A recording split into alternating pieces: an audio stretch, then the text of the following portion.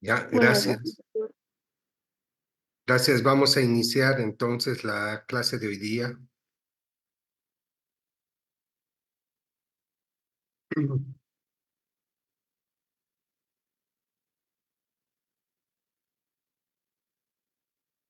Recording in progress.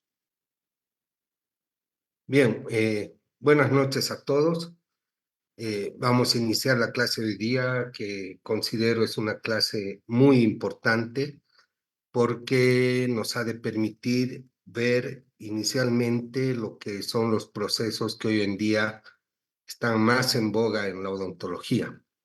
Vamos a hacer un recorrido para poder ir introduciendo el tema y obviamente quisiera que ustedes tomen muchísima atención a lo que vamos a hablar. Este capítulo de adhesión eh, es realmente un capítulo muy importante y muy complejo de entregarlo, me parece, de manera adecuada, porque de alguna manera los conceptos clínicos aquí son los que tienen que estar muy bien asentados y ustedes están en una etapa en la cual se están formando recién para entender adecuadamente todos estos procesos. Sin embargo, vamos a ver atributos y forma de manejo de sistemas adhesivos convencionales y de autograbado que hoy día son los que están de moda.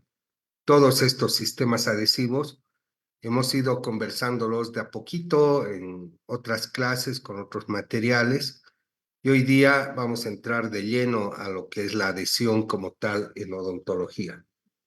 Entonces, perdón, voy a poner en silencio mi teléfono.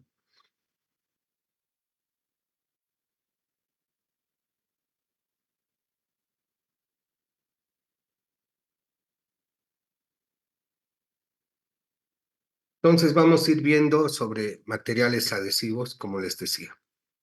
Los materiales adhesivos, a pesar de que hoy día todavía se empiezan a preconizar o se continúan preconizando como uno de los últimos avances de la odontología, los sistemas adhesivos tienen una historia de casi 70 años. O sea, han empezado a estudiarse el año 1955, donde la odontología ya hizo los primeros estudios, las primeras investigaciones, los primeros avances de lo que debería ser una odontología adhesiva. Y por lo tanto, han habido varias evoluciones que han venido a través de las investigaciones de las diferentes empresas, ¿no es cierto?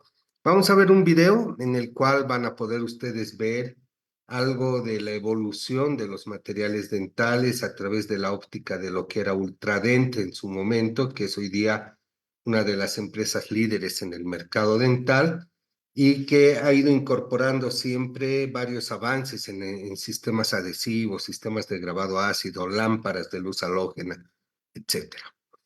Entonces, ¿qué es lo que hay?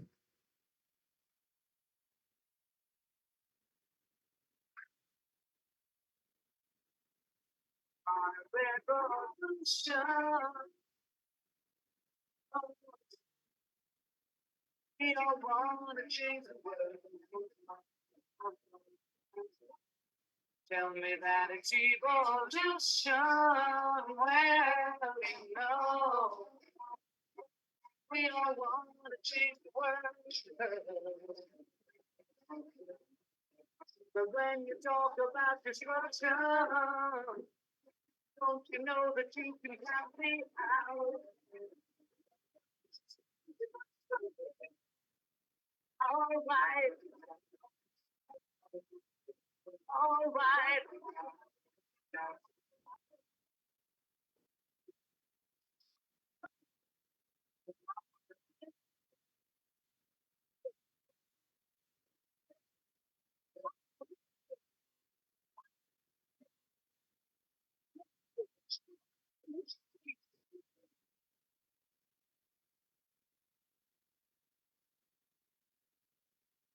Todo lo que han visto ustedes, cuadro a cuadro, tiene que ver con temas evolutivos y que han ido evolucionando en la sociedad, desde el momento en que ustedes han visto, por ejemplo, conflictos callejeros que evolucionan en términos de lograr cierto tipo de acuerdos sociopolíticos y económicos.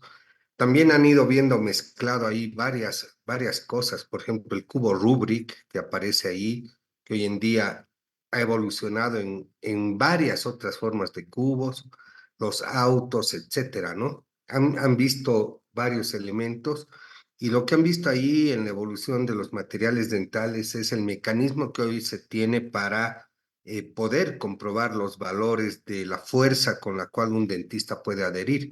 Es algo que hemos hecho en algunos grupos, también en La Paz, y hemos podido sacar algunas conclusiones. Es muy fácil hacerlo. Hay que preparar algunos especímenes y ojalá con ustedes, si hay la posibilidad, podamos lograr hacer. Entonces, todo lo que hemos ido viendo hasta en estas tres diapositivas tienen origen en lo que es el término de evolución. Y ustedes comprenderán que lo que es evolución se estudia desde la antropometría con el ser humano, la aparición del ser humano, los hombres, el hombre de Neandertal, los simios y todos, y el parecido que tiene el hombre con todos estos elementos y la forma en que ha ido evolucionando, ¿no es cierto?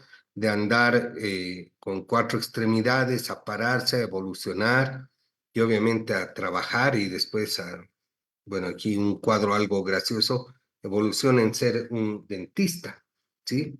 Pero a través de los años la evolución ha ido ocurriendo porque el dentista lo único que no ha cambiado es el hecho de tener que ver dientes. De una u otra forma, antes los veía, los miraba, ¿no es cierto?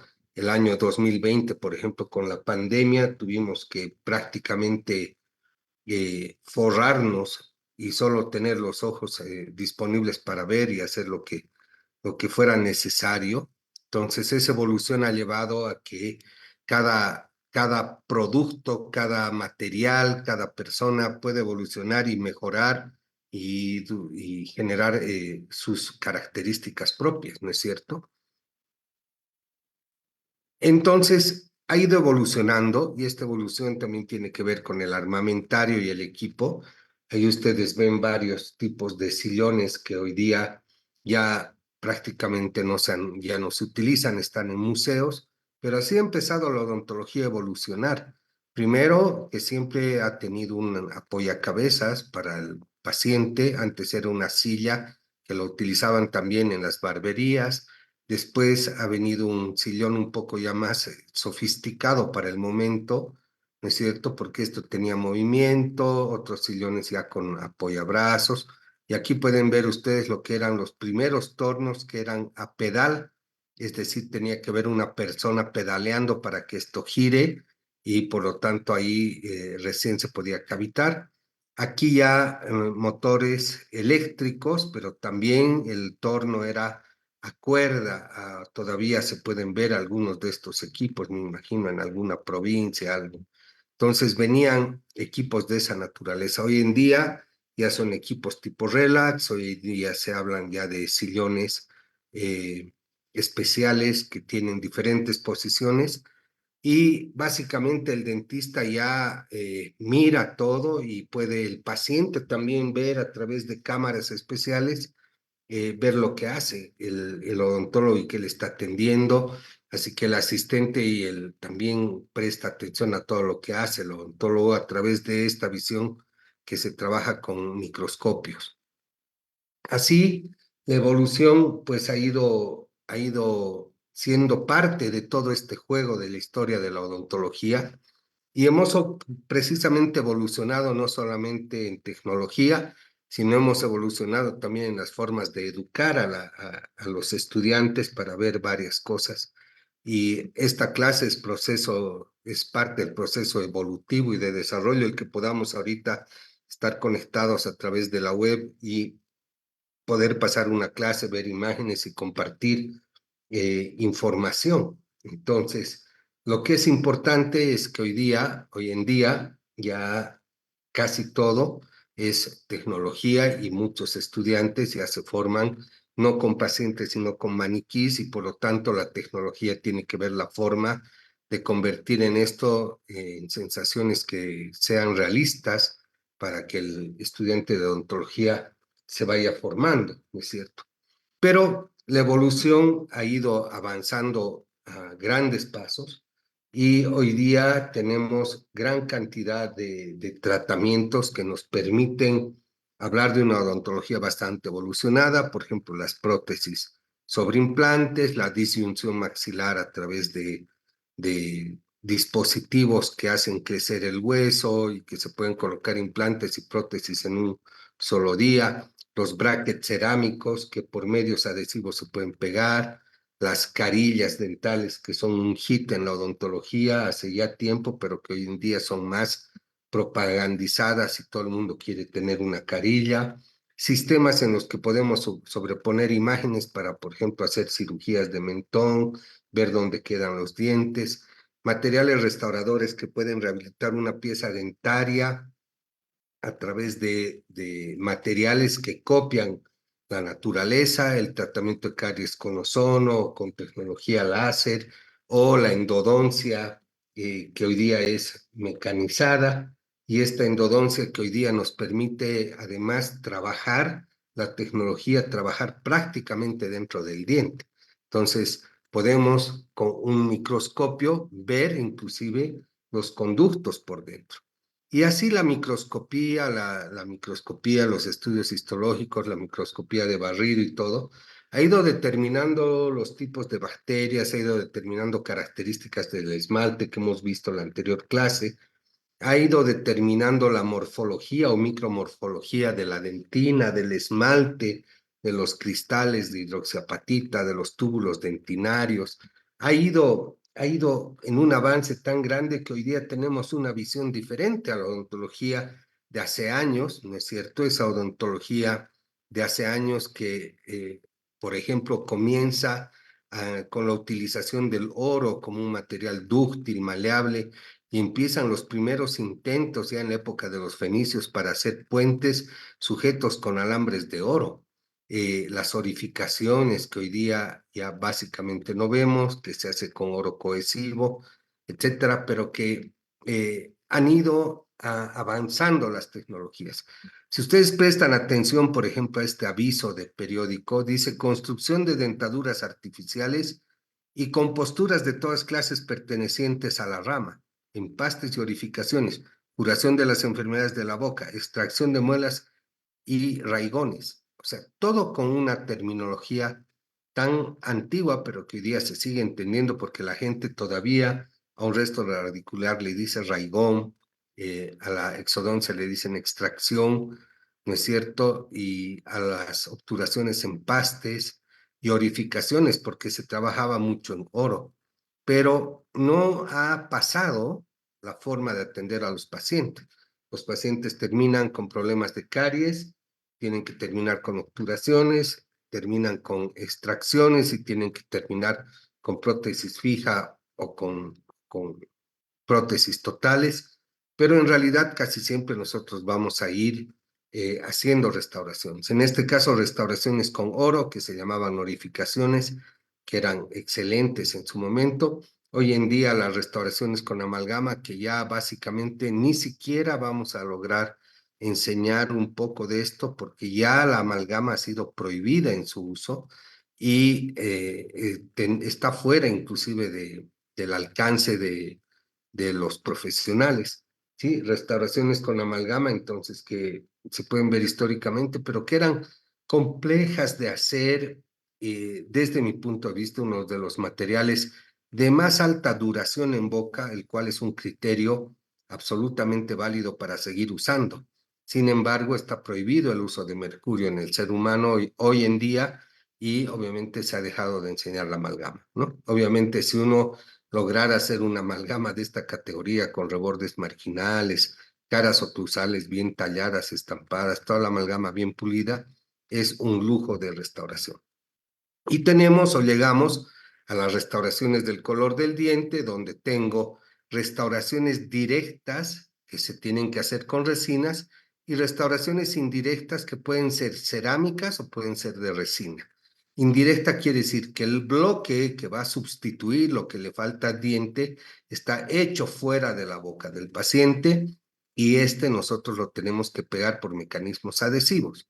En cambio, la restauración directa es aquella que en la cavidad vamos a ir restaurando, recomponiendo y reconstruyendo la pieza afectada con protocolos y técnica especial para este tipo de materiales.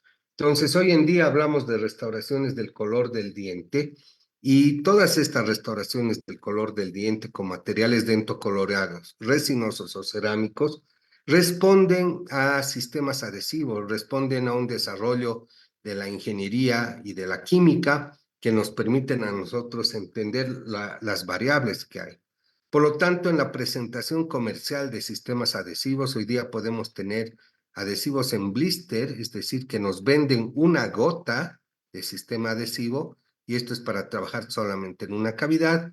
Sistemas adhesivos que vienen en forma de jeringa con puntas especiales para la mezcla del producto y para su dispensación, o sistemas adhesivos que vienen en dos partes que se tienen que mezclar para que estos polimericen.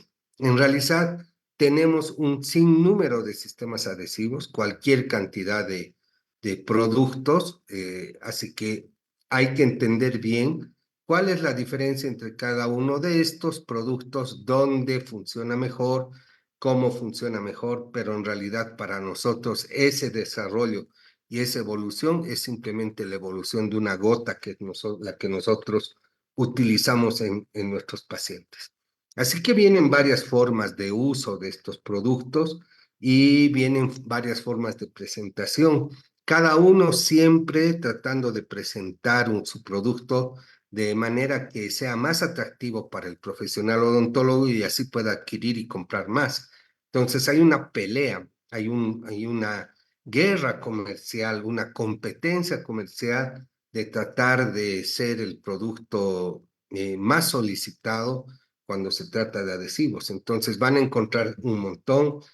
Por ejemplo, que es una punta bola, se llama VivaPen, que se supone que es un sistema adhesivo de autograbado que se dispensa en gotas a través de esto. Aquí se supone que está todo el sistema adhesivo y este clicker aquí le permite bajar gota por gota. Esto se vendía en nuestro medio, no sé si al momento se seguirá vendiendo.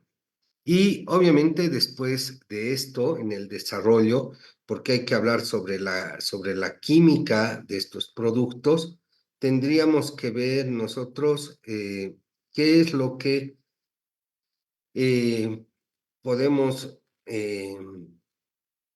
conseguir en nuestro medio, qué cosas todavía existen. Entonces, ahí nosotros tenemos que tener conceptos claros de lo que significa tener un producto que nos ayude a dar mejor tratamiento. Y así han aparecido otros productos, por ejemplo, estos que se llaman silorano, ¿no es cierto? Estos silorano, que son un tipo químico diferenciado de material adhesivo en el cual este producto eh, podía contraerse menos del 1%. Entonces, si ustedes recuerdan las anteriores clases en las que veíamos que se generan enlaces, ¿no es cierto?, de un radical a otro y que la polimerización significaba el acortamiento de ese espacio. Hoy en día los siloranos, por ejemplo, ya no trabajan acortando la cadena, sino envolviéndola, y eso permite que su valor de contracción sea menor al 1%. Esa contracción que es uno de los elementos que pelea la odontología, porque la contracción de los materiales puede permitir que haya un ingreso de bacterias entre el diente y el material de restauración. Así que si el material no contrae, estaría prácticamente garantizado el hecho de que la longevidad de ese producto está por demás comprobado que sea mayor que los otros materiales. Pero obviamente en nuestro medio, por el costo de los materiales, muchos de estos materiales llegan y han tenido que salir rápidamente. En otros casos, las empresas prueban hacer diferentes combinaciones de productos y no siempre dan buen resultado, así que duran un poco y después salen. Esto pasa en todo el mundo. Lo que es importante entonces es entender que todo lo que es evolución, ¿no es cierto?, se debe al avance del conocimiento. En la biología, si hay elementos que han evolucionado, es porque hay más conocimiento sobre las áreas sobre las que vamos a trabajar y ese conocimiento genera de alguna manera necesidades en la sociedad y por eso continúan las investigaciones. Como referencia les podría decir que, por ejemplo, un sistema adhesivo no es que sale el año 2024, se ha descubierto y va a salir a la venta el 2025. O sea, lo que están descubriendo hoy día los científicos va a tener periodos de prueba y va a salir a la venta al menos entre 7 y 10 años. O sea, lo que hoy en día se está investigando probablemente lo vamos a ver en nuestro país en 2035, el 2034. Entonces, fíjense ustedes lo importante que tiene que ser el hecho de ir permanentemente investigando para que nuestro conocimiento esté acorde a los avances de las investigaciones, a lo que hacen las empresas con los productos nuevos y así esto a nosotros no nos pueda agarrar sin entender bien lo que ocurre. Todo eso tiene que ver con lo que hemos visto en la primera clase, ¿sí? Los procesos cognitivos, ¿no es cierto?, que implican entender la biología dental. Muy importante en este capítulo, entender lo que es esmalte y dentina, ¿sí? Muy importante, por eso hemos hablado en la primera clase, para un poquito ver lo que la histología y la embriología pueden mostrarnos del esmalte y la dentina para entender la biología dental. Y obviamente después de entender esa biología dental, escoger y tener el criterio de qué tipo de material restaurador voy a usar en caso de que el diente haya tenido una lesión. Entonces, aprenderé primero biología dental, aplicaré mis conocimientos sobre materiales restauradores y una vez que conozca ambos, voy a hacer un link para generar los procesos o procedimientos por los cuales yo voy a aplicar una determinada técnica restauradora. Y por eso hay protocolos para hacer técnica de restauración directa e indirecta con cerámicas o con resinas. Y obviamente si nosotros tenemos estos protocolos, tendré que entender lo que son las interfaces, es decir, lo que ocurre entre el sustrato dentario y el material de restauración. Ahí hay una historia que uno tiene que comprender, que uno tiene que conocer. Por lo tanto, hay que ver bien y perfectamente lo que es la adhesión, ¿no es cierto? Y hoy en día, ojalá podemos a la fecha, para septiembre del 2024, tener conceptos que a ustedes los pueden ayudar en adhesión. Así que la adhesión comienza con esa historia, la adhesión comienza primero entendiendo algo que tiene que ser básico en la adhesión, ¿no es cierto? Y para entender adhesión, tengo que saber para qué me sirve entender de adhesión. ¿Qué es lo que yo voy a pegar cuando yo aprenda adhesión? ¿De qué me va a servir?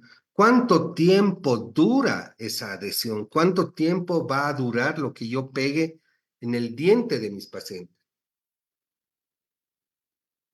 Porque no se olviden que cada paciente lo que quiere es ir la menor cantidad de veces al dentista y quiere que una restauración le dure toda su vida. Entonces, hay tantas cosas que analizar en términos de desgaste mecánico, en términos de variación biológica, en términos de tecnología y técnica que emplea el odontólogo, que solamente teniendo esos elementos bien entendidos, voy a poderle dar una respuesta a cada una de estas interrogantes. Entonces, ¿para qué me sirve? ¿Qué voy a pegar y cuánto dura? Se puede responder de mil formas, de acuerdo a los protocolos. Si tengo un paciente que se ha caído, esto sucede mucho en natación, en racket, en bicicross, en boxeo, en deportes de contacto o en accidentes donde las personas se caen y fracturan sus dientes. Entonces, por un mecanismo adhesivo puedo volver a pegar el diente, eso se llama collage dentario. Por un mecanismo adhesivo puedo alargar el diente con una restauración cerámica que prácticamente pase inadvertida y que mejore el funcionamiento de este diente. Con un mecanismo adhesivo puedo reconstruir raíces generando muñones que luego van a poder recibir una corona por encima para rehabilitar a los pacientes. Con un mecanismo adhesivo puedo colocar brackets en la estructura de esmalte para poder acomodar los dientes en base a fuerzas y hacer que, si esta adhesión es buena, ningún bracket se salga en el tiempo, ¿no es cierto?, para que el procedimiento ortodóntico no se vea alterado. Puedo generar de manera directa la restauración de dientes que se han astillado, que se han fracturado o materiales de restauración incluso. Y esta fotografía que ven ustedes acá es básicamente lo que ustedes van a hacer ahora en la posición de resina para obtener un diente construido a través de una técnica que ya les voy a mostrar, en la cual ustedes van a poder hacer esto y van a poder reconstruir un diente. Ahí vamos a ver su concepto, su criterio de anatomía dentaria, de lo que han aprendido, de lo que comprenden. Pero este es algo básico que se hace en resinas y en adhesión para poder aprender. Pueden hacer splints con fibra de vidrio, unir dientes como un puente para que, si estos dientes se están moviendo, a través de colocarle una férula o un splint adhesivo con fibra de vidrio y por medio de mecanismos adhesivos, pueda tener la posibilidad de entonces fijar esos dientes, reforzarlos para que se unan el uno con el otro. Así que todo esto tiene un mecanismo evolutivo, o sea, para nosotros tiene un tiempo con el cual nosotros tenemos que trabajar. Ese tiempo comienza por entender el substrato de los dientes, ¿no es cierto? Y conocer el substrato de los dientes me lleva a tener que entender a los diferentes materiales que voy a aplicar sobre esos sustratos. Esos materiales no solamente se ponen, se colocan, tienen una técnica para que sea exitoso el tratamiento que vamos a hacer. Y el sustrato, el material y la técnica, que son elementos que están conexos y son relevantes al odontólogo que va a colocar, tiene que ver también con las decisiones de tratamiento y la aplicación de productos adecuados en estas fases restauradoras. O sea, es el sustrato, es el material, es la técnica y es el producto que nosotros vamos a utilizar, porque los productos no todos dan el mismo resultado, ni todos sirven para lo mismo. Puede ser que algunas personas obvien esta necesidad, pero el tratamiento va a durar menos tiempo. Y por supuesto, para hacer tal cantidad de trabajos no es posible hacerlo con una sola espátula.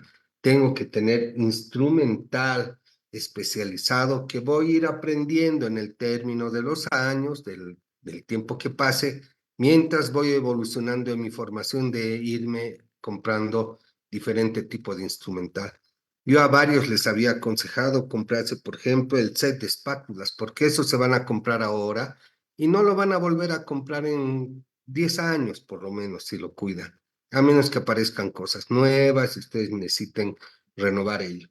Pero todo esto significa tiempos y para nosotros también tiene que ver el tiempo de tratamiento que nosotros nos vamos a dispensar para hacer un trabajo, ¿no es cierto? El tiempo que dure mi tratamiento está acorde al tiempo de duración de la restauración que yo voy a hacer, porque mientras más tiempo le doy, más pausado estoy, no hago cosas a la rápida, entonces yo puedo tener la posibilidad de garantizar un tratamiento con buenos productos, con buena técnica que dure más tiempo.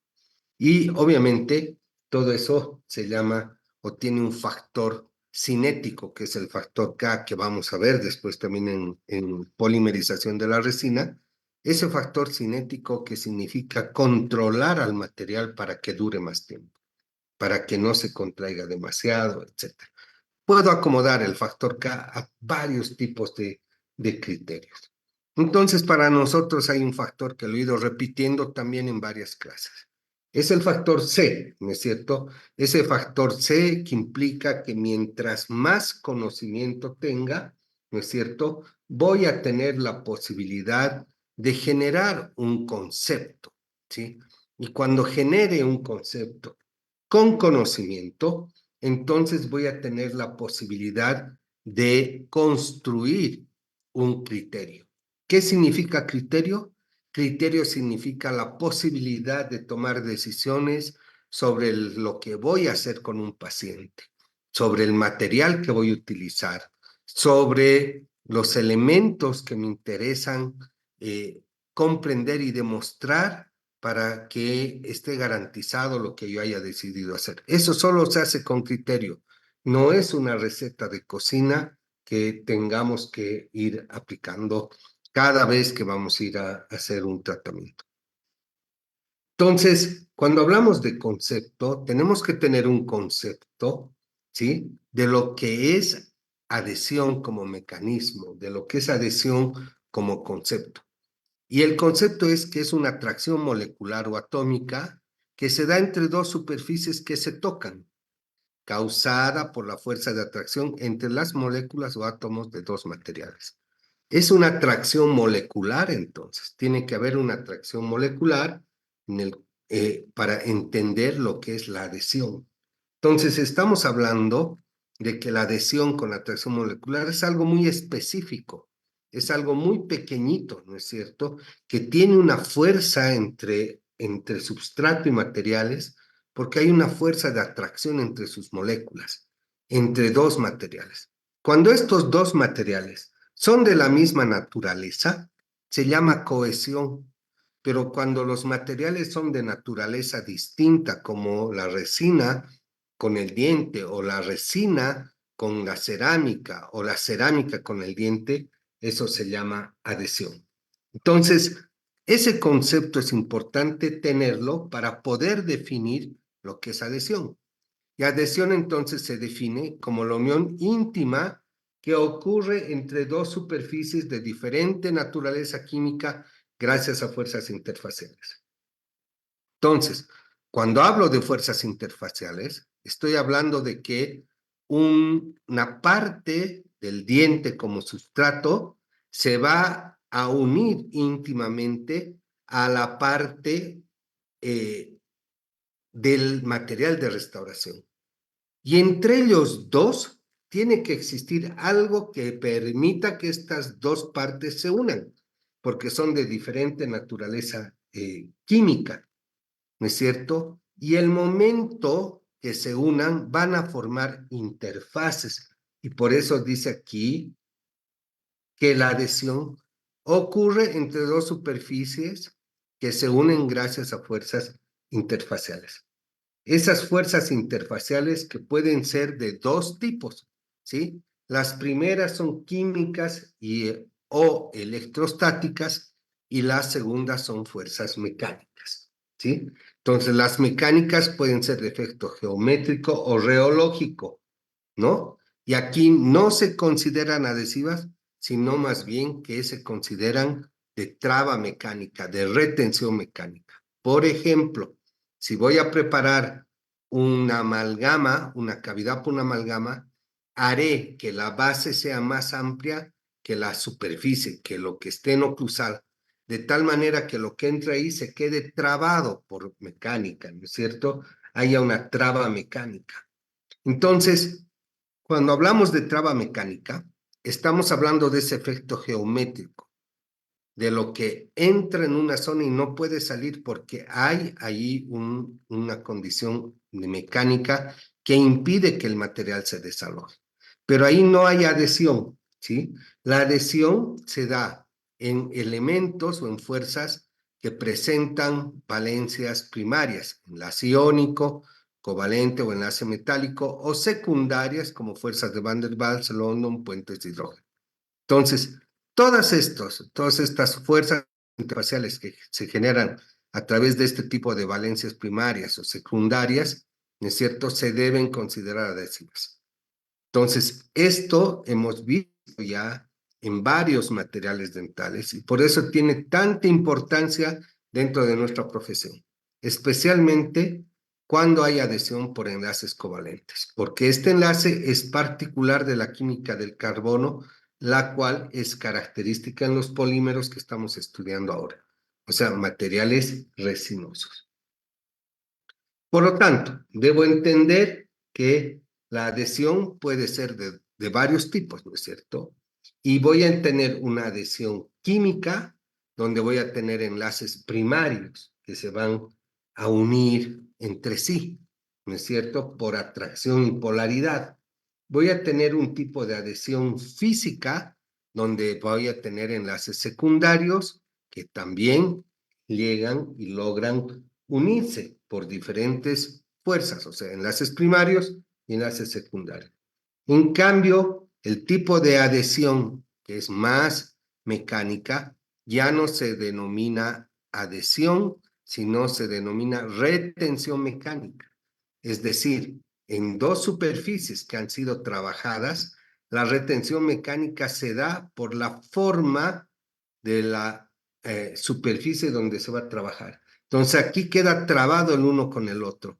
Muy diferente a que si las dos superficies son lisas y aquí hayan enlaces secundarios que puedan unir entre sí, enlaces primarios o secundarios para hablar de adhesión química o física. Física si hay retención mecánica. No se olviden de eso porque eso es súper importante el momento de tratar de explicar. De otra forma, ¿sí? La adhesión es el estado y acción en el cual dos superficies se mantienen en contacto por medio de fuerzas de la interfaz. Ocurre entre dos cuerpos que se encuentran en íntimo contacto y donde al menos uno es sólido. O sea, si pedimos una definición de adhesión, la definición de adhesión debe mencionar que aunque sea una de las partes, tiene que ser sólida. Entonces, ocurre entre dos cuerpos, ¿no es cierto? Y para que dos cuerpos sólidos se unan, al medio tiene que haber un líquido, que en este caso es el sistema adhesivo que vamos a colocar. Entonces, en esos tipos de adhesión, entramos de nuevo a la mecánica de los tipos de adhesión y habrá macromecánica y micromecánica y una fuerza de absorción química que será físico-absorción o quimio-absorción, ¿no es cierto? Entonces, ¿recuerdan ustedes un cuadro que les había mostrado? Que a mí me parece un cuadro muy interesante porque es alguien que está metido dentro de una superficie tratando de ver lo que hay dentro. Y nosotros aquí hemos hablado en la anterior clase de todo lo que podríamos ver por debajo, ¿no es cierto? Ver el colágeno, ver la dentina, los túbulos dentinarios, la unión amelodentinaria, etcétera. O sea, ver todo lo que puede ocurrir en un tubo, en esa dentina intertubular, en esa dentina peritubular. Fíjense que esta visión es la visión de un micrómetro. Un micrómetro tiene todas estas características. Entonces, esta evolución nos lleva pues a considerar que tiene que haber una historia, ¿no es cierto?, de qué es la adhesión como tal. E históricamente la adhesión, como ya comienza antes, pero en 1920 a 1960, que se preparaban coronas totales, aquí la única forma de sellar la dentina era a través de el recubrimiento con toda la corona. Entonces, el sellamiento dentinario con el esmalte se veía alterado porque de alguna manera se retiraba casi todo el esmalte. Así ha ido sucediendo hasta la fecha en la cual se enseñan a preparar coronas totales para metal cerámica, en las cuales básicamente se termina con el esmalte para poder colocar una corona. La aparición de nuevos materiales como el circonio o el el disilicato de litio, ha permitido que nosotros podamos hacer preparaciones para coronas mucho más pequeñas, en algunos casos todavía manteniendo algún pequeño grosor del esmalte. Entonces, en 2020 habla Pascal Magnier, que es un odontólogo investigador de mucho éxito clínico, ¿no es cierto?, con Eduardo Padrós Fradera, quienes hablan del sellado dentinario inmediato, ¿sí? Ese sellamiento de la dentina que se hace con resinas adhesivas y que implica el hecho de que al momento que estamos trabajando la dentina, como ya saben ustedes, de alguna manera nos hemos involucrado ya con el nervio, porque al cortar la dentina, nosotros tenemos acceso a los túbulos dentinarios y dentro de los túbulos dentinarios existen las prolongaciones protoplasmáticas de la pulpa, lo cual indicaría que de alguna manera nos estamos ya contactando con la pulpa misma. Entonces, sellar la dentina inmediatamente me permite proteger y sería el primer nivel de protección en protección dentino-pulpar como concepto, de lo que hemos hablado, por ejemplo, cuando hemos hablado del hidróxido de calcio o del ionómero de vidrio. Entonces aquí, con las resinas, la primera idea de sellar la dentina con una resina adhesiva es para lograr la primera etapa de protección dentino-pulpar. Hoy, algunos años después, el 2024, ya han aparecido otros criterios, ¿no es cierto?, que obviamente se descuelgan de este concepto y que hoy en día le llaman todos biomimética. Entonces, la biomimética no es nada más y nada menos que aplicar recursos tecnológicos y conceptos filosóficos para restaurar el diente con el mayor ahorro de tejido dentario posible. Entre ello está el sellamiento de la dentina con resinas adhesivas. Así que hoy en día hay mucha gente que propone la biomimética hasta como una especialidad de la odontología. Pienso yo que ya esto ha existido hace mucho tiempo y lo único que estamos haciendo es acomodar conceptos para tener otros escenarios. Ese condicionamiento ácido que se tiene que hacer para sellar la dentina implica el hecho de que yo tengo que diferenciar una dentina o un esmalte que ha sido tratado con ácido de uno que no ha sido tratado con ácido. Porque cuando hagamos la adhesión, históricamente entonces esa adhesión primero va a pasar de hacer un condicionamiento ácido del año 55 solamente del esmalte, ¿sí? Y ese esmalte ha durado, miren, del 55 al 79. O sea, ¿cuánto tiempo ha habido en esa brecha hasta que Takao Fusayama, un investigador japonés, en año 1979, habla de también hacer condicionamiento ácido a la dentina? Porque ya a través de microscopía, ¿no es cierto?, se empieza a entender bien que el esmalte y la dentina son dos elementos constitutivos del diente que tienen, ¿sí?, características diferentes cuando se hace el condicionamiento ácido. Al principio se trataba o se indicaba hacer un condicionamiento ácido de cerca de 1 minuto en esmalte y muchas veces tocaba esto a la dentina. Hoy en día ya se sabe que ni en esmalte ni en dentina se requiere tanto tiempo. ¿Qué ocurría después del condicionamiento ácido? En 1982, estamos hablando 40 años más o menos, había que entender lo que era la capa híbrida. Y la capa híbrida era una capa de desecho que quedaba por encima de la dentina cuando ésta había sido preparada con fresas o con cucharetas.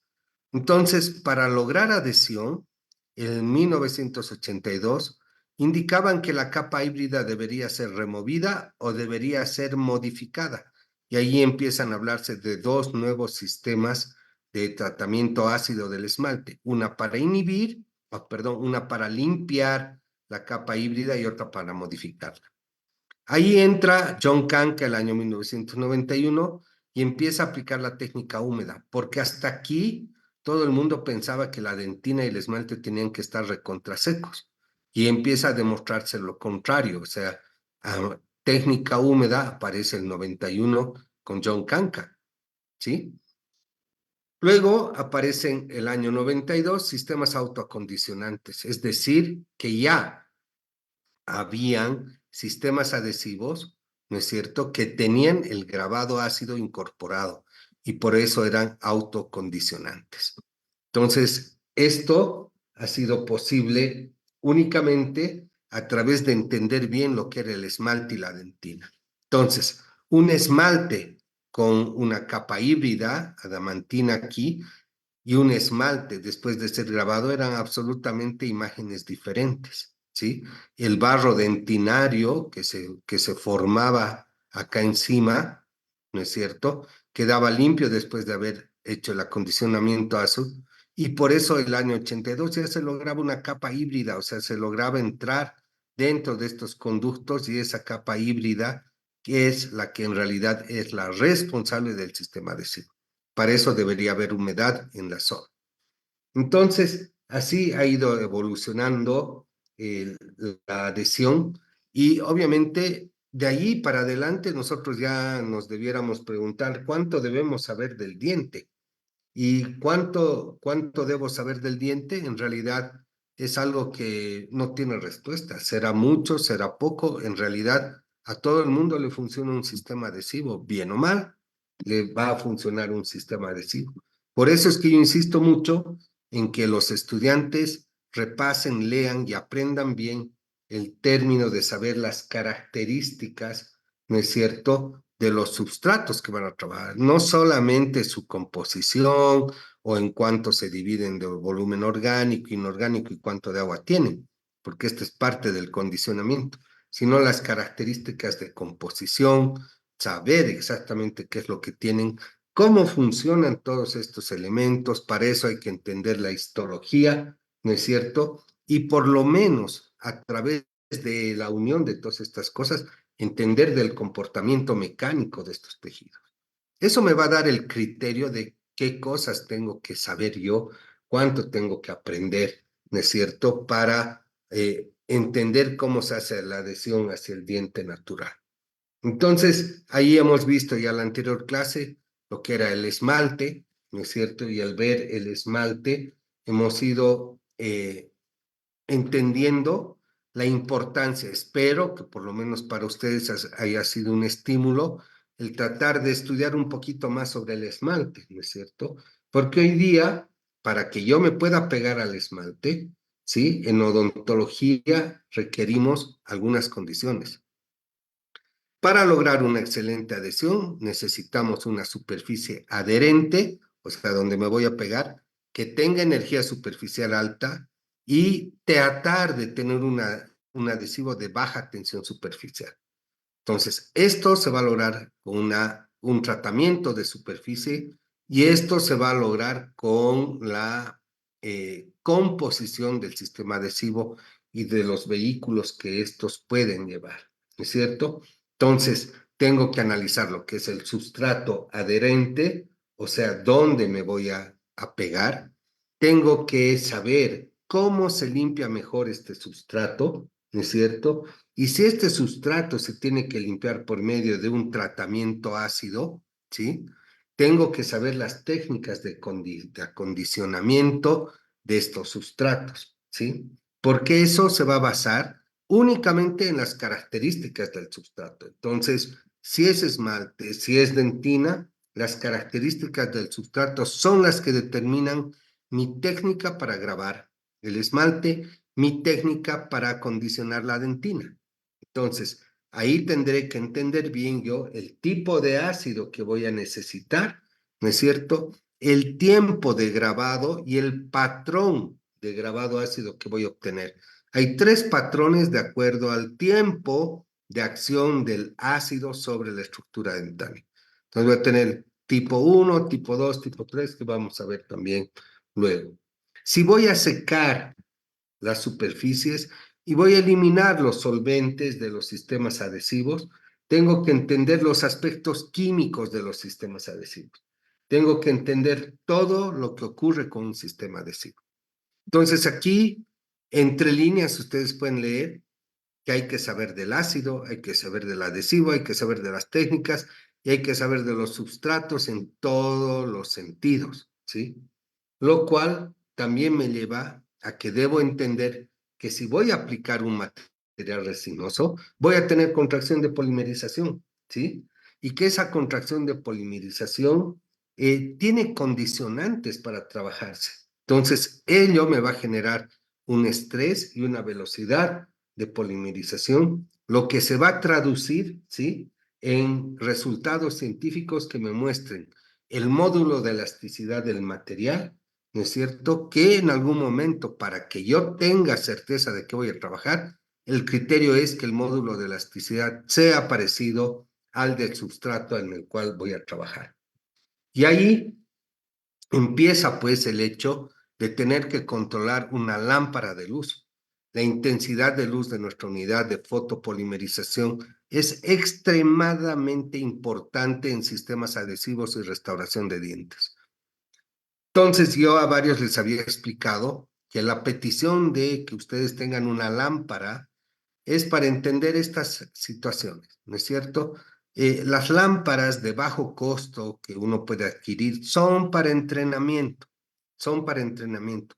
Muchas personas las utilizan en clínica, pero espero que tengamos la posibilidad de analizar lo que es la fotopolimerización para que ustedes entiendan perfectamente bien cuál es la importancia de tener una lámpara de luz de alta calidad. Y así ir disgregando varios de los elementos que necesitamos conocer para poder entender lo que es odontología adhesiva. Así hemos visto el esmalte, ¿no es cierto? Y sus diferentes características. Y para recordar del esmalte, habíamos mencionado que no es un tejido porque no tiene células, pero es una sustancia avascular, aneuronal, acelular, de alta mineralización y de extrema dureza. Que esa extrema dureza se traduce en que por debajo, ¿no es cierto?, tenga que tener el esmalte la dentina para que tenga posibilidad de flexar, porque si no, se fracturaría. Entonces, eso me lleva a tener que comparar y a entender algunos elementos que son fundamentales y que tienen que ver con las consideraciones biomecánicas de la estructura dentaria, ¿sí? ¿Cuánto de esmalte tengo? ¿Cuánto de dentina tengo? En anteriores y en posteriores. ¿Y qué va a diferenciar al uno del otro? Entonces, en un cuadro de Spears del Journal de Restauraciones del año 93, hay un cuadro que da características del esmalte y de la dentina. Y dice que el esmalte es anisotrópico al igual que la dentina. ¿Qué significa anisotrópico? ¿Sí? Anisotrópico significa que el diente, o en este caso el esmalte o la dentina, van a tener comportamientos en sus propiedades físicas muy diferentes de acuerdo a la dirección en la que se aplique una determinada fuerza para saber cuál es su respuesta. Entonces, anisótropo o anisotrópico implica el hecho de la aplicación de fuerzas y los vectores de dirección porque ellos actúan de manera diferente. Entenderán entonces que el diente recibe fuerzas de diferentes lados, algunas fuerzas oclusales, como en este caso, fuerzas de cizalla, fuerzas de tracción, de contracción, o sea, de empuje de los dientes. Y ahí tengo que tener que el esmalte rígido y la dentina resiliente. O sea, esta resiliencia permite que el esmalte en su rigidez pueda ser algo flexible y no fracturarse. El esmalte tiene mayor resistencia al desgaste y la dentina tiene menor resistencia al desgaste. O sea, una vez que se deshagan o que se pierde el esmalte, La resistencia de la dentina es mucho menor, o sea, no va a resistir tanto.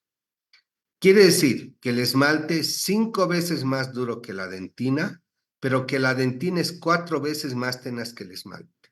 ¿Qué significa tenaz? Significa que es una propiedad que implica que le cuesta mucho flexar antes de romperse, o sea, pelea contra la fractura por su tenacidad, ¿sí? La dentina entonces es 4 veces más tenaz que el esmalte, o sea, cuesta que por flexión y nivel de resistencia la dentina se fracture como el esmalte. El esmalte es frágil, a pesar de que es duro, es frágil si es que no tiene la dentina como soporte, y la dentina saben que es flexible. Eso explica su tenacidad. El módulo elástico del esmalte es de 9.6 a 84.2 gigapascales. Este módulo elástico, o sea, que implica que tiene mucha fuerza, significa que este material puede romperse fácilmente. O sea, que es también frágil. Es muy duro, pero si sobrepasamos su fuerza y no tiene la base de la dentina, este material se va a romper fácilmente. Tiene un alto módulo elástico. En cambio, la dentina, y por eso es tenaz, tiene un bajo módulo elástico de 9.6 a 21 gigapascales. ¿Sí? La resistencia tensil es menor en el esmalte, por eso tiene un módulo de elasticidad alto, y la resistencia tensil es más alta en la dentina. En la resistencia compresiva es mayor la del esmalte y más baja la resistencia compresiva de la dentina. Esto, y lo hemos hablado en la anterior clase, implica el hecho de que podamos entender, ¿no es cierto?, que las noxas que pueden afectar al diente pueden ser físicas, químicas o biológicas, ¿no es cierto? Y que eso implica una pérdida de sustancia. Y esa pérdida de sustancia tiene que ver, ¿no es cierto?, con que el esmalte, por su endurecimiento extremo, pueda ser frágil, propenso a macro y microfracturas cuando no cuenta con apoyo dentinario o elasticidad adecuada. Entonces, esto lo hemos visto en la anterior clase y hemos ido explicando las características de lo que tiene el esmalte como tal, ¿no es cierto? Eso que hemos visto es el perfeccionamiento de técnicas microscópicas que pueden mostrarme diferentes imágenes de lo que es el prisma del esmalte, ¿sí? La composición de cristales de hidroxapatita, que son los que les dan las características en realidad de, tixo, de no es tixotropía, que les dan las características de anisotropía, sí, porque hay isotropía también. La anisotropía está en los cristales de hidroxapatita, ¿sí? Estos cristales de hidroxapatita están unidos lo más juntos posible, rodeados de material orgánico. Por lo tanto, el esmalte está formado por cristales de hidroxapatita dentro de una matriz orgánica. Por eso reaccionan diferente cuando las cargas vienen de diferentes lugares o en diferentes direcciones, ¿sí? Entonces, todos estos elementos nos llevan a entender que además de un esmalte prismático que tiene todas estas características, hay un esmalte aprismático que no deben olvidar porque tiene influencia suficiente en lo que son los tratamientos adhesivos.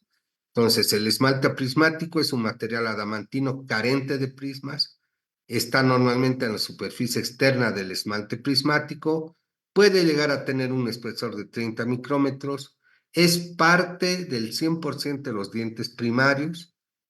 En los dientes permanentes está en la región cervical, en el 70% de los dientes permanentes, en esa región cervical, región de fosas y fisuras, lo cual se convierte en un inconveniente clínico, porque las restauraciones que debo pegar en el área cervical o los selladores que van a fosas y fisuras, si no se preparan las zonas adecuadamente, no van a quedarse pegados. Entonces, eso es un gran inconveniente clínico.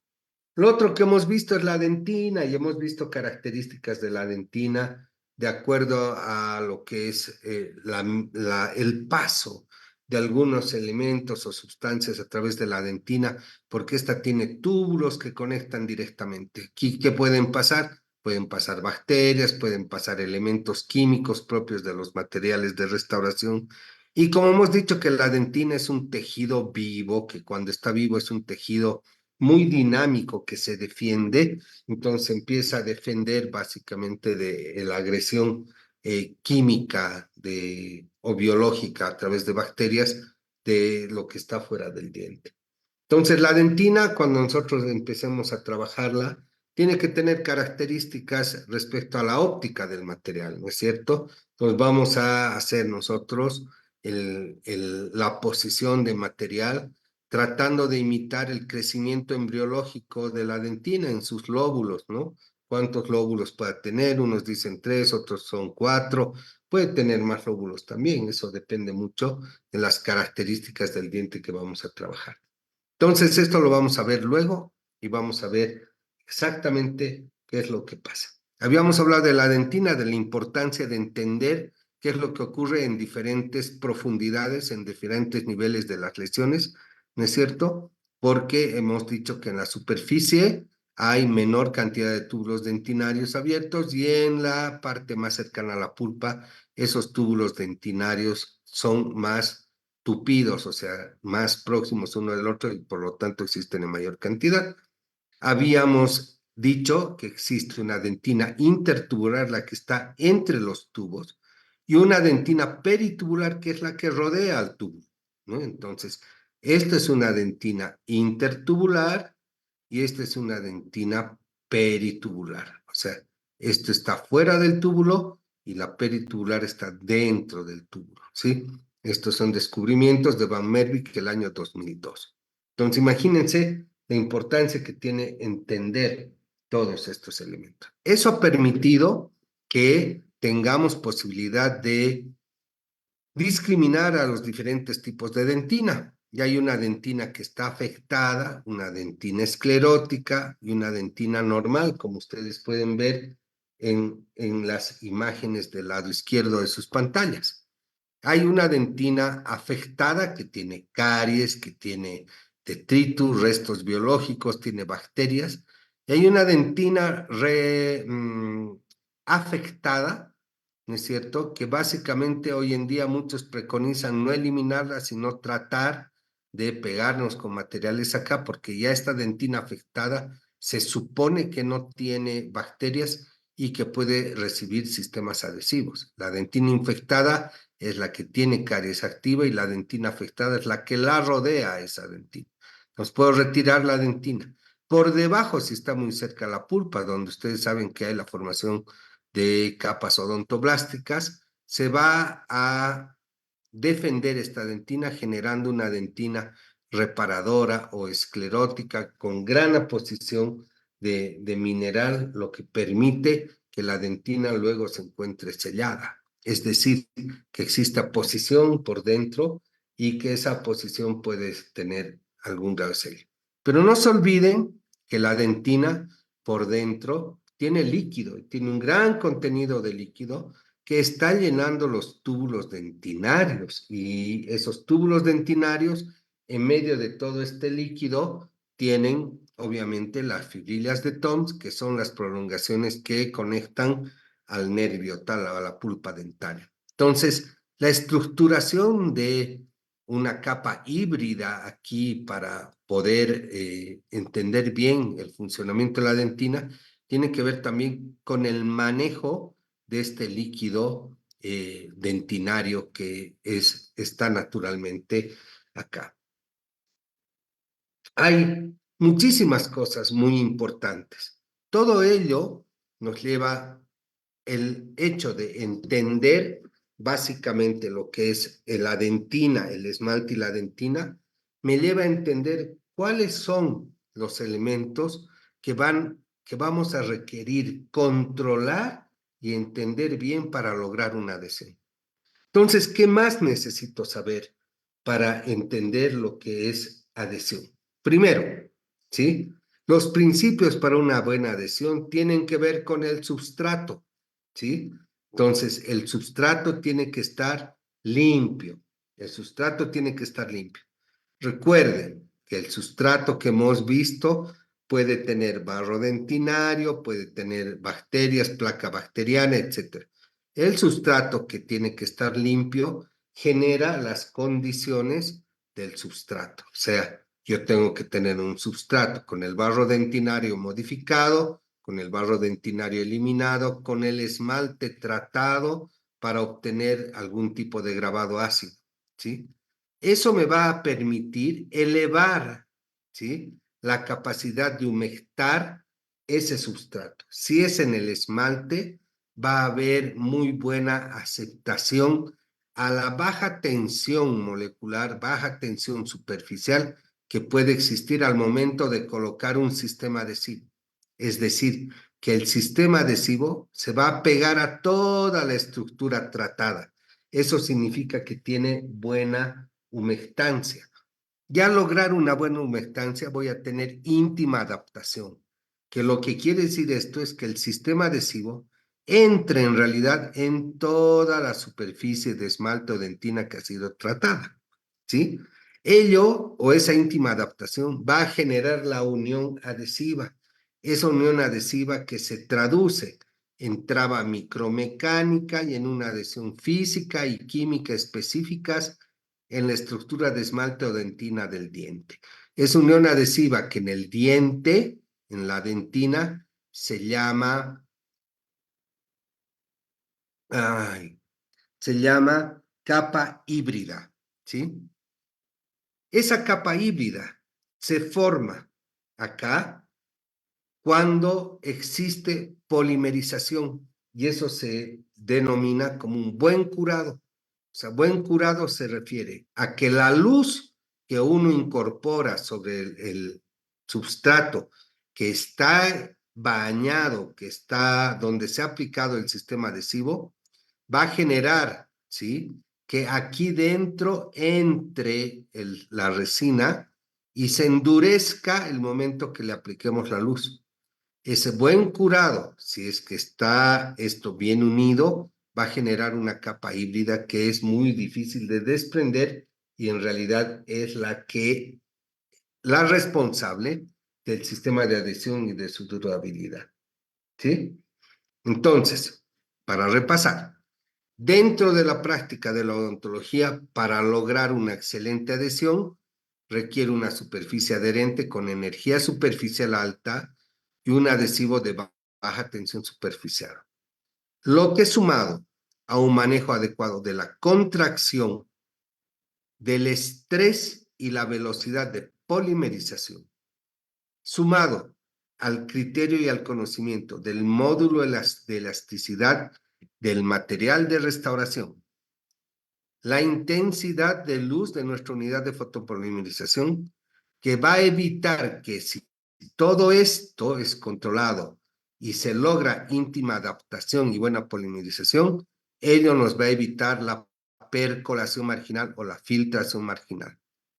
Recuerden que percolación es sinónimo de filtración marginal, fenómeno que irremediablemente atenta contra la eficiencia de la restauración conservativa actual, presentándose la sensibilidad postoperatoria a corto plazo como recidiva de caries a mediano y largo plazo. O sea, que si yo hago adhesión en odontología y no logro controlar estrés de polimerización, la calidad de la luz, el protocolo para la adhesión, la limpieza del substrato, la íntima adaptación del sistema adhesivo, la preparación de los sustratos. Si no logro controlar esos elementos, irremediablemente voy a tener problemas. Se va a presentar sensibilidad postoperatoria o recidiva de caries a mediano y largo plazo.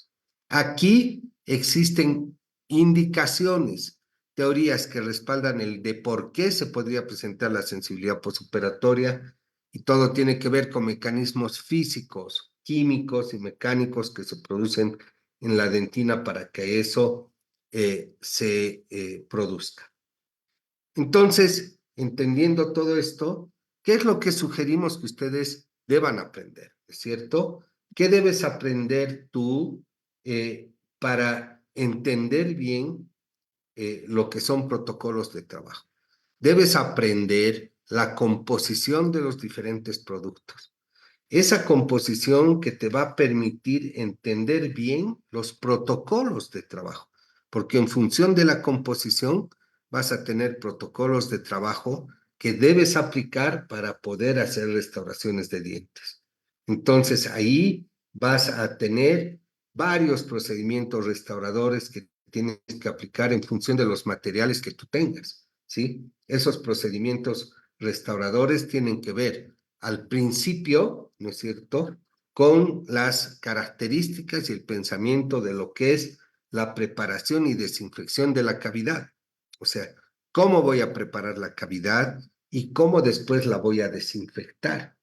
Una vez que hago preparación y desinfección, debo hacer protección dentino-pulpar. Entonces ahí voy a definir usar un hidróxido de calcio, un ionómero de vidrio, un hidróxido de calcio fotopolimerizable, totalmente químico. Ya tengo que generar el criterio sobre el cual voy a trabajar. Una vez que he hecho protección dentino-pulpar a través del uso de cementos de base o liners, puedo definir usar un ácido grabador, y eso significa grabado ácido. Y ese grabado ácido se hará con diferentes tipos de ácido que existen en el mercado, dependiendo del procedimiento restaurador y del protocolo. Para después de ello hacer adhesión a través de un sistema adhesivo que viene en frascos o en jeringas y que dependiendo de su composición y de la generación de sistema adhesivo que sea, voy a aplicar un determinado protocolo. Y al final viene la resina compuesta, que es la que voy a colocar como material para restaurar una pieza dentaria. Y esta resina compuesta, ¿sí?, valida cada uno de estos pasos únicamente si el mecanismo de polimerización se ha cumplido como tal. Entonces, si voy a preparar y voy a desinfectar, puedo usar clorhexidina. Si voy a proteger la pulpa, hidróxido de calcio con un sistema adhesivo. Si voy a hacer grabado ácido, puedo usar ácido fosfórico, ácido poliacrílico, ácido maleico en el diente, no en otro material. Si voy a usar, ¿no es cierto?, o aplicar un mecanismo adhesivo, voy a usar imprimadores o adhesivos, y si voy a utilizar resina compuesta, utilizaré resina compuesta para anteriores, para posteriores, de nanopartícula, híbridas, etcétera, que vamos a ir viendo después, ¿sí? Para emplear un sistema adhesivo, un agente acondicionante, nosotros tenemos, como en estas figuras, ácido fosfórico entre el 10 y el 40%, ¿sí? Este ácido fosfórico es el más común, este que ven ustedes a la izquierda, que es un agente ácido de color azul. La casa Kerr tiene un ácido grabador autolimitante que tiene sales de aluminio. Este ácido grabador autolimitante, no importa si lo dejas un minuto, pierde su efectividad a los 10 a 15 segundos y deja de grabar. Entonces, muchas veces uno coloca esto, no controla bien su cronómetro y se pasa, y por eso graba de forma diferente y el resultado es otro. En cambio, aquí este es autolimitante y solamente va a grabar hasta donde llegue, ¿sí? El ácido maleico es un ácido débil, se utiliza mucho para grabar cemento, en cirugías periodontales, en dentina casi no se lo utiliza, pero también puede servirnos como un agente acondicionante eh, de, de baja potencia que se utiliza para limpiar, ¿no es cierto?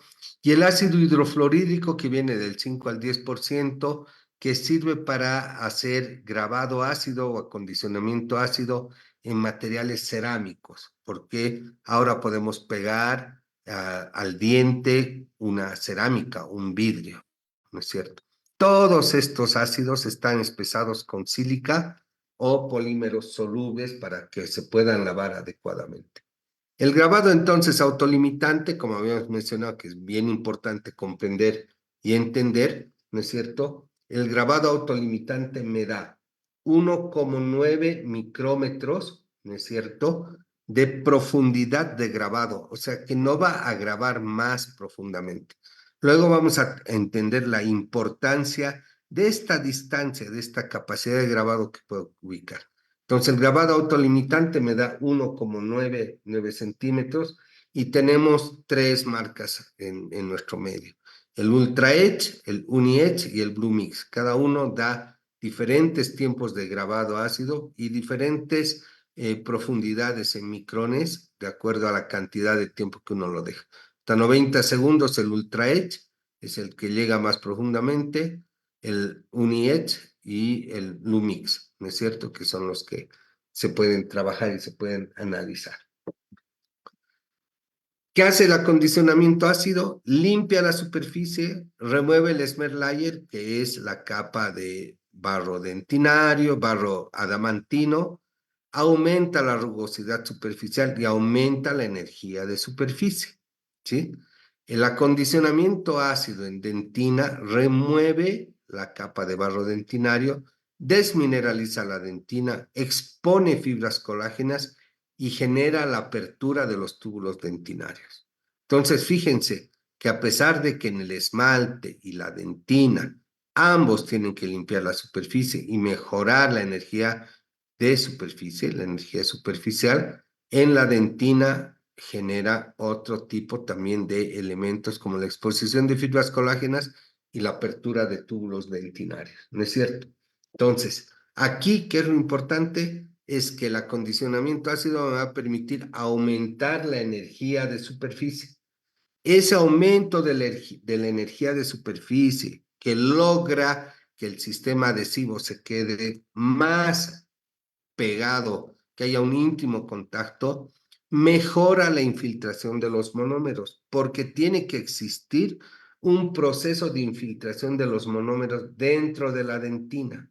Eso tiene que ver con las características de la superficie y del producto que voy a colocar. Entonces voy a tener una energía de superficie, que es la energía resultante de las fuerzas de cohesión de un sólido, o sea, cuando la superficie está limpia.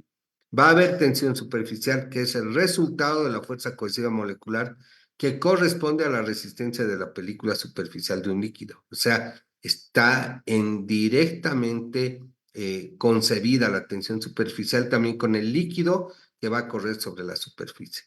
Entonces, si ese líquido, ¿sí? Tiene una tensión superficial que pueda permitir, porque el sustrato está preparado, está limpio para recibir a este líquido, y hay baja tensión superficial, va a existir un correcto mojamiento, ¿sí? El mojamiento entonces es la capacidad de un líquido para esparcirse en una superficie, y eso se mide como ángulo de contacto. Entonces, ¿qué tengo? Alta energía de superficie, baja tensión de superficial, mejor característica de mojamiento. O sea, la energía de superficie la voy a elevar con el grabado ácido. La tensión superficial, ¿sí? Va a ser dependiente de la química del producto. Y si esto está más alto y esto más bajo, o sea, este líquido puede correr mejor en este substrato limpio, el mojamiento es mejor porque va a haber infiltración del sistema adhesivo en las estructuras dentarias, esmalte y dentina. Y ese mejor mojamiento procura o ayuda a que haya una mejor adhesión. Esto que estamos viendo acá, el mojamiento, tiene que ver con lo que es el ángulo de contacto. Entonces, si tengo un ángulo de contacto en una superficie con un sistema hidrófugo, o sea, que puede ser repelente a la superficie, se me va a generar un ángulo de contacto alto, ¿sí? Más de 90 grados. Si el líquido tiene características entre ser hidrófobo y ser hidrófilo, me va a generar un ángulo de contacto recto de 90 grados. Pero si el líquido es totalmente hidrófilo y la superficie está con energía superficial alta, ese líquido se va a aplanar y va a unirse a toda la superficie trabajada. Entonces, requiero que el ángulo de contacto sea el más bajo posible, Por eso tiene que haber características hidrófilas de la superficie de contacto por energía superficial y las características del sistema adhesivo. ¿Qué es lo que le quita energía superficial alta a los productos? Es la capa de Smart Layer, ¿no es cierto? Eso que habíamos visto, que es como un barro, como un detrito, como una suciedad que queda por encima, que si yo coloco aquí un sistema adhesivo, esto no va a permitir, esta capa de barro, no va a permitir que el sistema se involucre dentro del esmalte o de la dentina. No va a dejar, ¿sí? Porque está todo tapado, está todo cubierto de ese barro dentinario. Entonces, apenas le pasemos nosotros el grabado ácido, hagamos limpieza de la superficie, ¿no es cierto? Entonces vamos a tener diferente imagen en lo que es el esmalte, donde aquí vamos a ver, ¿sí? Las varillas adamantinas, los cristales de hidroxiapatita totalmente limpios y expuestos, listos para que dentro de todo esto exista una traba mecánica. Y en la dentina se van a abrir los túbulos dentinarios, ¿no es cierto? Y ese túbulo dentinario va a poder recibir, incorporar aquí dentro un sistema adhesivo. Entonces, todo esto es muy importante de entender al momento de poder trabajar. La capa de Smart Layer, una vez removida, me va a dar dentina expuesta, esmalte expuesto, ¿no es cierto? Y aquí pueden ocurrir dos situaciones. Puede ocurrir una situación en la que se me reseque la dentina y donde yo tenga que utilizar algún sistema para reavivar esa dentina. Entonces, en los sistemas adhesivos viene un componente que se llama primer o imprimador. Esta es una solución compuesta por monómeros hidrófilos disueltos en solventes orgánicos, ¿sí? Que normalmente tiene hidroxietilmetacrilato. Ese hidroxietilmetacrilato, que es el que reacciona químicamente por medio de sus radicales oxidrilos y sus cadenas de hidrógeno y carbono, ¿no es cierto? Son los que básicamente van a preparar o van a autoacondicionar la superficie dentinaria, ¿sí? Entonces, estos sistemas adhesivos que tienen un primer o un imprimador, ¿sí? Tienen en algunos casos primers autoacondicionantes, es decir, que tienen dentro de estos frascos la adición de monómeros ácidos. Esos monómeros ácidos son el fenil P, el 4-meta y el MDP. Ustedes van a escuchar muchísimo, ¿sí? Productos que dicen que tienen 4-meta o MDP. El MDP es lo que más en este momento intentan vendernos porque es el que tiene un líquido que en su primera capa actúa como un primer autoacondicionante y por lo tanto modifica y ayuda a grabar más la superficie. Entonces, porque tiene además más radicales carboxilo y tiene unión, ¿no es cierto?, con oxígeno y fósforo en estos casos. Entonces, estos modifican, ¿sí? E incorporan el barro dentinario, modifican e incorporan el barro dentinario al sistema adhesivo que se va a colocar. Esto es un tanto complejo de entender y de ver. Pero la dentina, cuando la dentina ha sido tratada con un ácido, queda como un plato de espaguetis, ¿sí? Imagínense un plato de espagueti. Y cuando coloco por encima el sistema adhesivo, es como el tuco que le puedo echar a ese plato de espagueti. Si está seca la dentina, si ese colágeno se ha colapsado y se ha caído, ahí puedo usar un primer, un imprimador, autoacondicionante o no, pero como está compuesto por monómeros hidrófilos disueltos en solventes orgánicos, ese primer autoacondicionante, un primer imprimador normal, va a permitir que este colágeno prácticamente termine su colapso, se reavive y deje espacios por donde se puede introducir el sistema adhesivo, ¿sí? Entonces, imagínense que este es el colágeno, el plato de espagueti que les decía, y este es el sistema ácido. ¿sí? Entonces, sobre el plato de espagueti, de fideo, no va a entrar este colágeno hasta el fondo. Tengo que mover e incorporar, frotar, cortar para que se junte el espagueti con ese tuco. Entonces, el sistema adhesivo hace exactamente eso. El sistema adhesivo penetra mejor cuando existe humedad, ¿sí? Es decir, ustedes imaginan que una persona de cabello largo entre a la piscina, se sumerja, el cabello va a flotar, ¿sí? Porque está dentro de un medio líquido. Ese es el colágeno preparado para recibir un sistema adhesivo, pero tiene que estar húmedo, no tiene que estar mojado, porque si hay una dentina que está mojada, una dentina que está en este caso con agua o contaminada por saliva, el sistema adhesivo no va a pegar. Así como no va a pegar si este sistema adhesivo trabaja sobre una dentina resecada. Es decir, que cuando la gente o esta persona salga del agua, el cabello se va a colapsar en su cabeza, ¿sí? Ya no va a flotar. Entonces aquí necesito un imprimador que me permita, ¿no es cierto?, reactivar este colágeno para que el colágeno esté flotando y pueda pegarme ahí. En una imagen sería este es el colágeno y su estructura. Si pierdo humedad, el colágeno se me va a colapsar y no va a dejar que entre el sistema adhesivo. En cambio, si le coloco un primer una vez colapsado, este colágeno puede rehabilitarse, ¿sí? Esto es lo que ha mencionado Nakabayashi el año 1998, que es tan importante. Entonces, ¿qué hace un imprimador? Que es una pregunta de examen. ¿Qué hace un imprimador?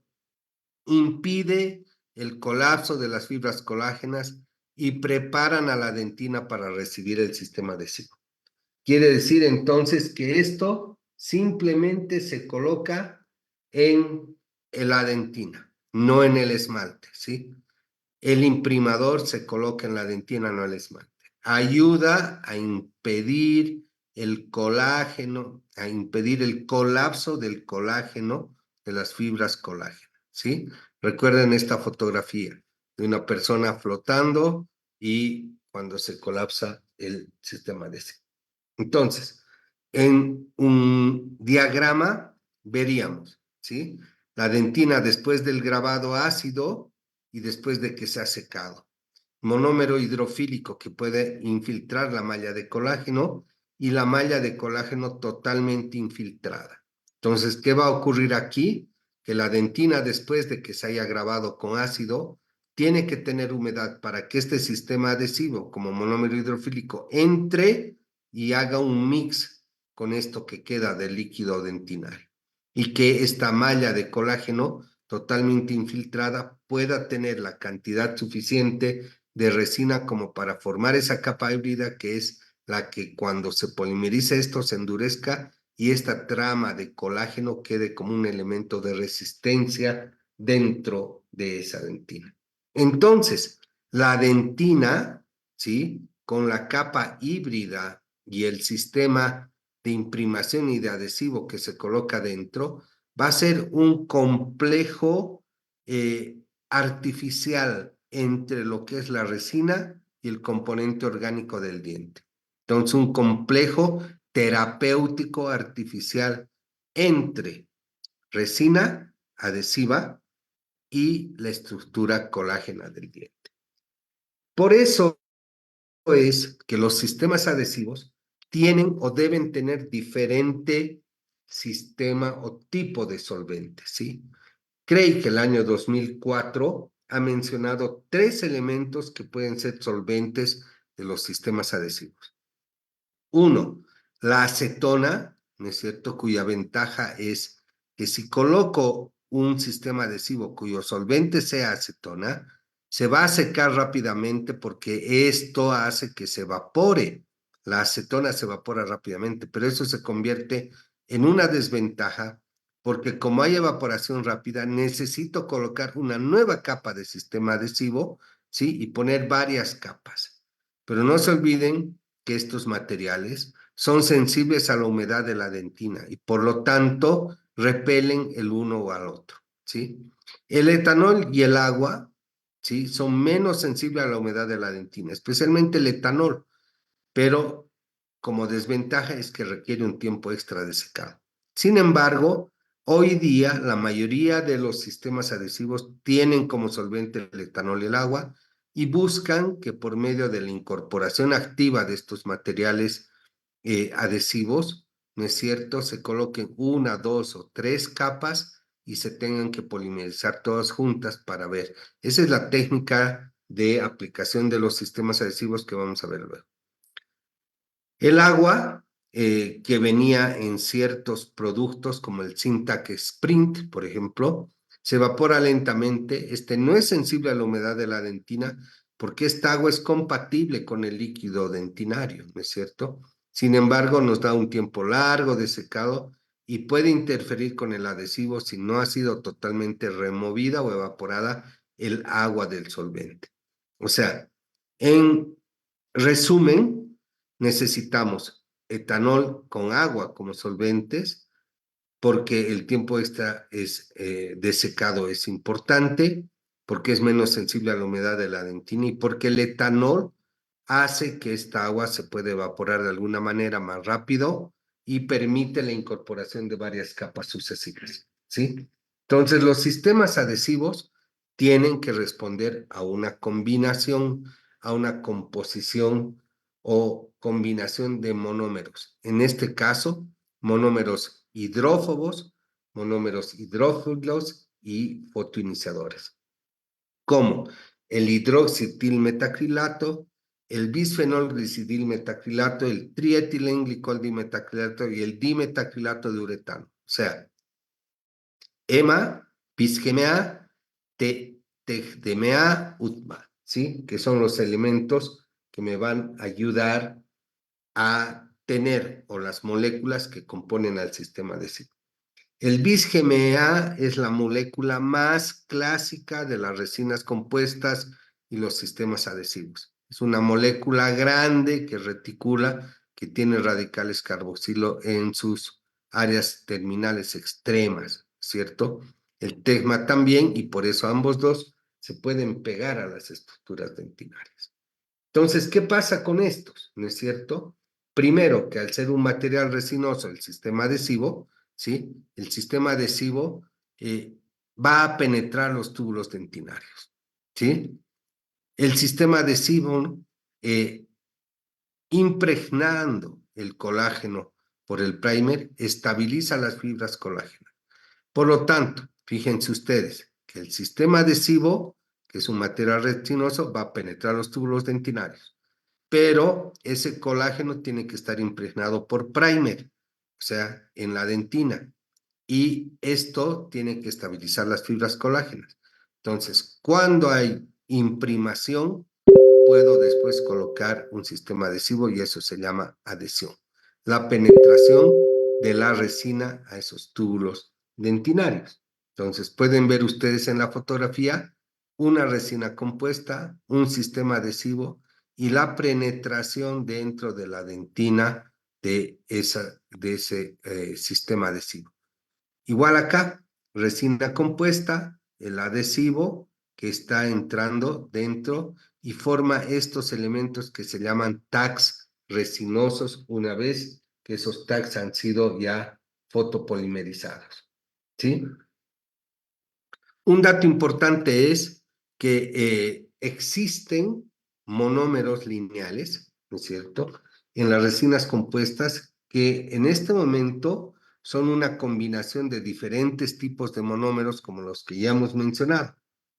Este tipo de resinas, al polimerizarse, se convierten en polímeros lineales, en los que la apertura de las dobles ligaduras de los carbonos estimulada por amina fotosensible como el hidroxitilmetacrilato, genera la polimerización.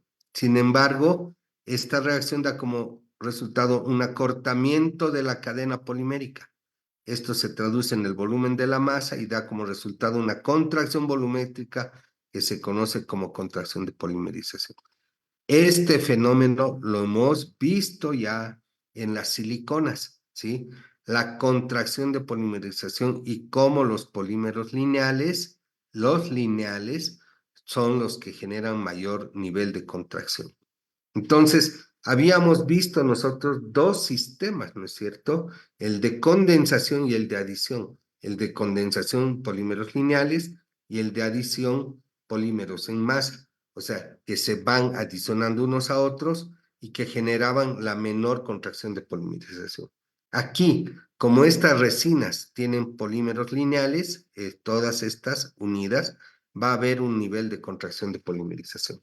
Lo que cambiaba en los polímeros con los siloranos era que en vez de hacer una cadena lineal, hacía una apertura de anillos y englobaba un anillo con otro, haciendo que la contracción de polimerización sea menos del 1% en los siloranos.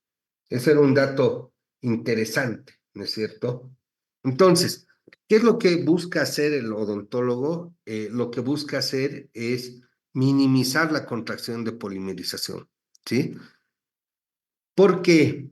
Porque si se produce la contracción de polimerización, se generan grietas o fisuras entre las caras del diente y el adhesivo, en la interfase diente-adhesivo, ¿sí?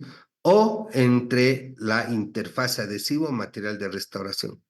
Esto afecta la integridad marginal de la restauración y provoca la microfiltración con la consecuente sensibilidad postoperatoria o caries secundaria. Explico mejor. Si logro controlar la contracción de polimerización, ¿sí? Es decir, si aplico protocolos para minimizar esa contracción de polimerización, entonces voy a evitar que se generen grietas. Si evito que se generen grietas, voy a evitar que hayan fisuras, resquebrajamiento en la interfase diente adhesivo o en la interfase adhesivo material de restauración. Porque recuerden que para que sea adhesión, uno de ellos tiene que ser sólido. Aquí es diente con adhesivo y aquí es material de restauración con adhesivo. Estos son los sólidos, el diente y el material de restauración. Si se produce contracción de polimerización y se forman grietas, esa integridad marginal afectada, ¿sí? Va a provocar la falla de microfiltración marginal con la consecuente sensibilidad postoperatoria o caries secundaria.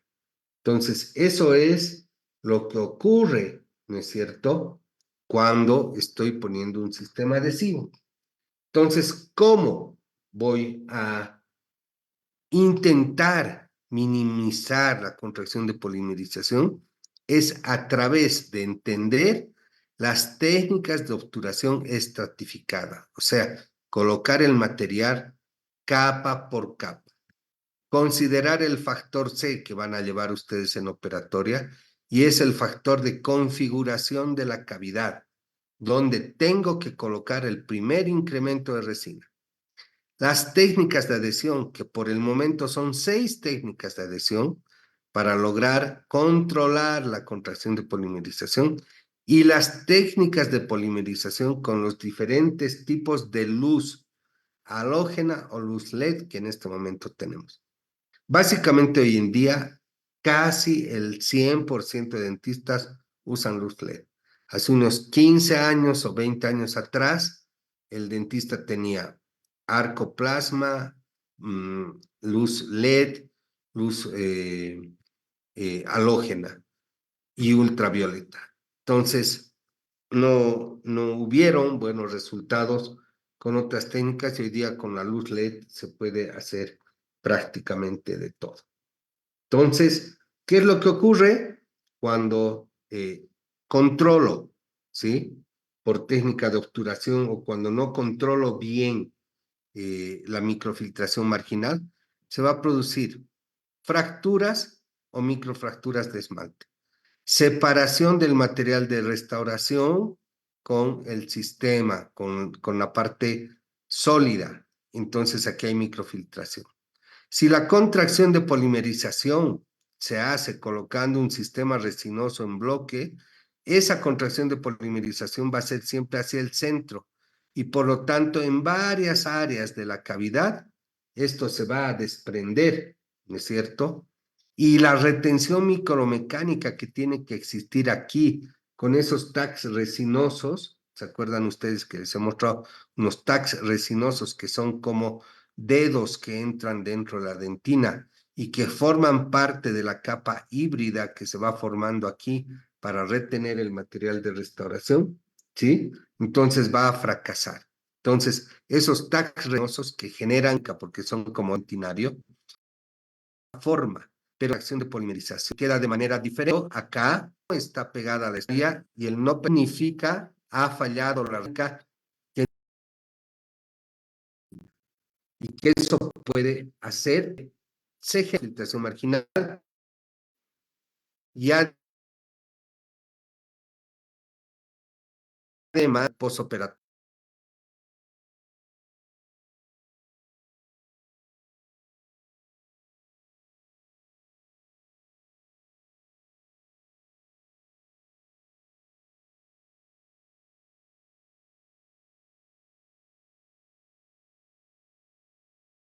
De esa manera mi alarma indicando pido la hora de trabajo con usted.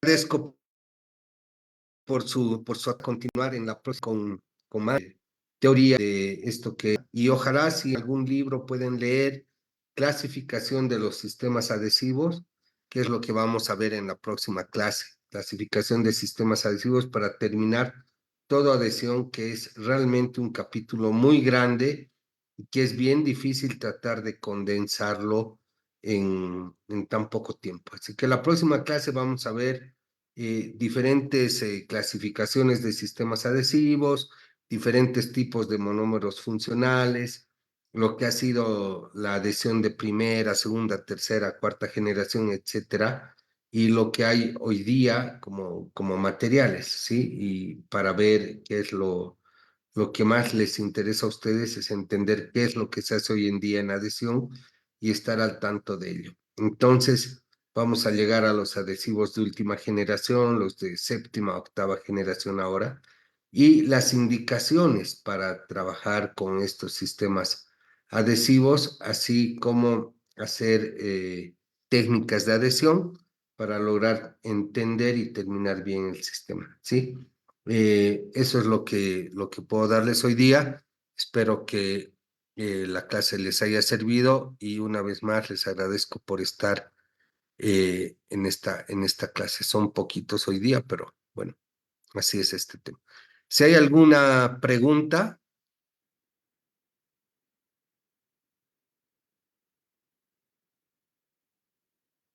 ¿alguien tiene alguna pregunta?